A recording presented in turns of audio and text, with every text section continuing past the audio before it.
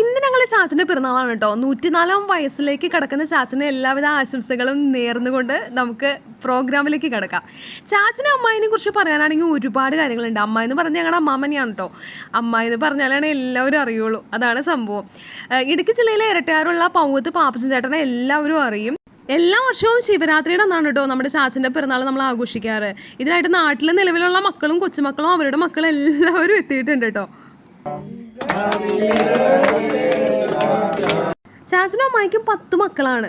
അവരുടെ മക്കളും കൊച്ചുമക്കളും എല്ലാം ചേർന്ന് 87 മെമ്പേഴ്സുള്ള ഒരു വലിയ ഫാമിലി ആയിട്ട് ഇപ്പോൾ നമ്മൾ മാറിയിട്ടുണ്ട്. അപ്പോൾ നാട്ടിൽ നിലവിലുള്ള എല്ലാവരും തന്നെ അന്ന് വൈകുന്നേരം കേക്ക് മുറിക്കാനായിട്ട് എത്തിയിട്ടുണ്ട് കേട്ടോ. ഞങ്ങളുടെ ചാച്ചനെ കുറിച്ച് ഞാൻ 2 വാക്ക് പറയാം. അതായത് നമ്മുടെ കോട്ടയം ജില്ലയിലെ എലിക്കുളത്താണ് ചാച്ചൻ ജനിച്ചത്. 13-ാം വയസ്സിൽ ദേശീയ പ്രസ്ഥാനമായ കോൺഗ്രസ് പാർട്ടിയിൽ അംഗത്വം നേടി. പിന്നെ സ്വാതന്ത്ര്യ സമര പ്രവർത്തനങ്ങളുടെ ഭാഗമായിട്ട് ഒത്തിരി പ്രവർത്തിച്ചൊരു വ്യക്തിയാണ് കേട്ടോ. സാധാരണക്കാരായ കർഷകർക്ക് വേണ്ടി പ്രവർത്തിക്കുകയും നിരവധി കർഷക സമരങ്ങൾക്ക് നേതൃത്വം നൽകുകയും ചെയ്ത ഒരാളാണ് നമ്മുടെ ചാച്ചൻ. 1943 പൊൻകുന്നത്തുകാരിയായ ക്ലാരി വിവാഹം ചെയ്യുകയും കാർഷിക മേഖലയിലെ പ്രതിസന്ധികളെ തരണം ചെയ്യാനായി ഹൈറേഞ്ചിലേക്ക് പിന്നീട് കുടിയേറുകയാണ് ചെയ്തത്. ഇരട്ടയാർ പഞ്ചായത്തിൻ്റെ രൂപീകരണവുമായി ബന്ധപ്പെട്ട് പഞ്ചായത്ത് എന്ന ആശയത്തിന് വേണ്ടി ഒത്തിരി പ്രവർത്തിച്ച ഒരു വ്യക്തിയാണ്. കർഷകരുടെ സ്വപ്ന സാക്ഷാത്കാരമായിരുന്ന ഇരട്ടയാർ സർവീസ് സഹകരണ സംഘത്തിൻ്റെ രൂപീകരണവും ചാച്ചൻ്റെ നേതൃത്വത്തിലായിരുന്നു കേട്ടോ.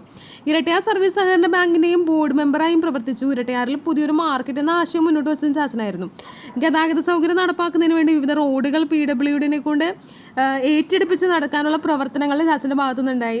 അതുപോലെ ഇരട്ടയാർ പള്ളിയോടനുബന്ധിച്ച് LP UP ഹൈസ്കൂളുകളുടെ അംഗീകാരവുമായി ബന്ധപ്പെട്ട പ്രവർത്തനങ്ങൾ, വാടവര സെൻറ്റ് മേരീസ് ഹൈസ്കൂളിലെ അംഗീകാരം നേടിയെടുക്കാനുള്ള ഒരുപാട് പ്രവർത്തനങ്ങൾക്ക് ചാച്ചൻ നേതൃത്വം വഹിച്ചിട്ടുണ്ട്. അപ്പോൾ മൊത്തം 10 മക്കളാണ്. ഇവരെല്ലാവരും ഒത്തുചേർന്ന് വലിയൊരു ആഘോഷമാക്കുന്ന ഒരു പരിപാടിയാണിത്.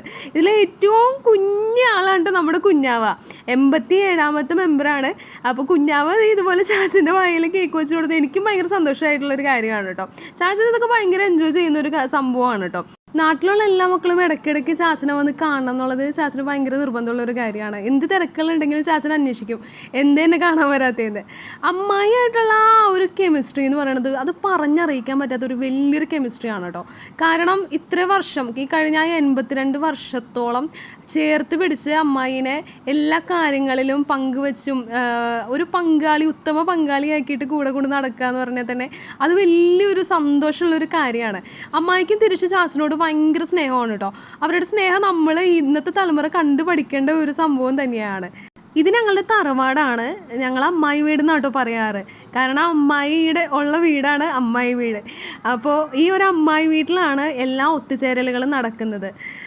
കേക്കൊക്കെ മുറിച്ച് ചാച്ചനോട് വർത്താനമൊക്കെ പറഞ്ഞ് വിശേഷങ്ങളൊക്കെ ചോദിച്ച് അമ്മായിയാണ് ഏറ്റവും കൂടുതൽ ചാച്ചനേക്കാളും കൂടുതൽ വർത്താനം പറയുന്നത്. എല്ലാ വിശേഷവും നമ്മുടെ അടുത്ത് ചോദിച്ചറിയും.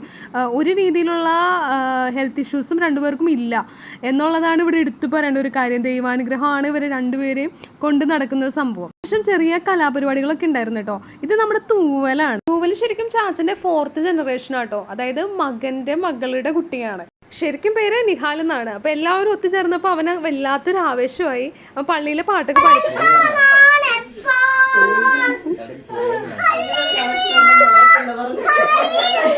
അപ്പോൾ ഇങ്ങനെ ചെറിയ പരിപാടികളിലൊക്കെ നമ്മുടെ കുഞ്ഞി പിള്ളേർ എന്തെങ്കിലുമൊക്കെ ചെറിയ ചെറിയ പ്രോഗ്രാമുകളൊക്കെ ചെയ്ത് എല്ലാവരും സന്തോഷിപ്പിക്കുകയൊക്കെ ചെയ്യും. പിന്നെ എല്ലാവരും ഒത്തുചേരുമ്പോൾ വിശേഷങ്ങൾ പറയാനായിട്ട് ഒരുപാടുണ്ടാവും.